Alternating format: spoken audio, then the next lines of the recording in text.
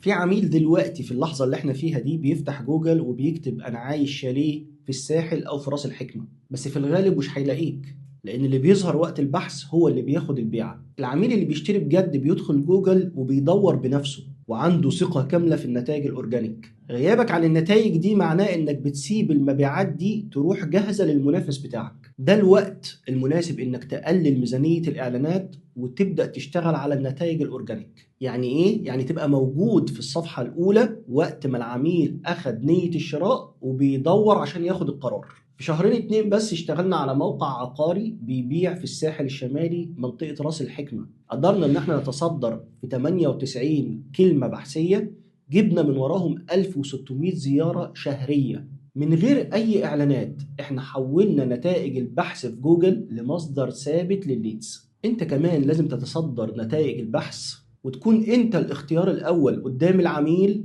وهو بيدور وواخد قرار الشراء. بص قدامك كده هتلاقي ان كلمة واحدة بس عليها 4400 عملية بحث شهري، وبتدخل لي حوالي 416 زيارة لعميل هو اللي بيدور عليا، مش انا اللي بدفع في السوشيال وبدور عليه. لازم تبقى متأكد ان العميل الجاهز وعنده نية شراء هو اللي بيدور بنفسه، مش بيستنى اعلان يطلع قدام منه.